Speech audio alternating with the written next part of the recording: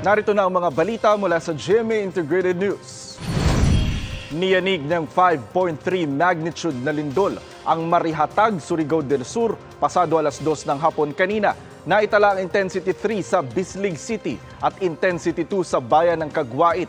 Ayon sa PHIVOLCS, walang inaasahang pinsala at aftershocks kasunod ng lindol.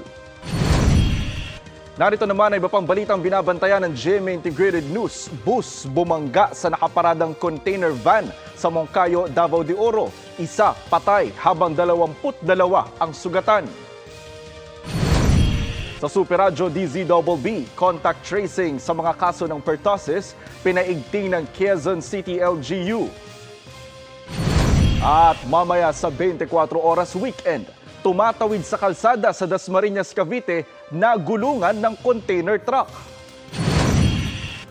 Para sa mas malaking misyon at mas malawak na paglilingkod sa bayan, ako po si Jonathan Andal ng GMA Integrated News, ang News Authority ng Pilipino.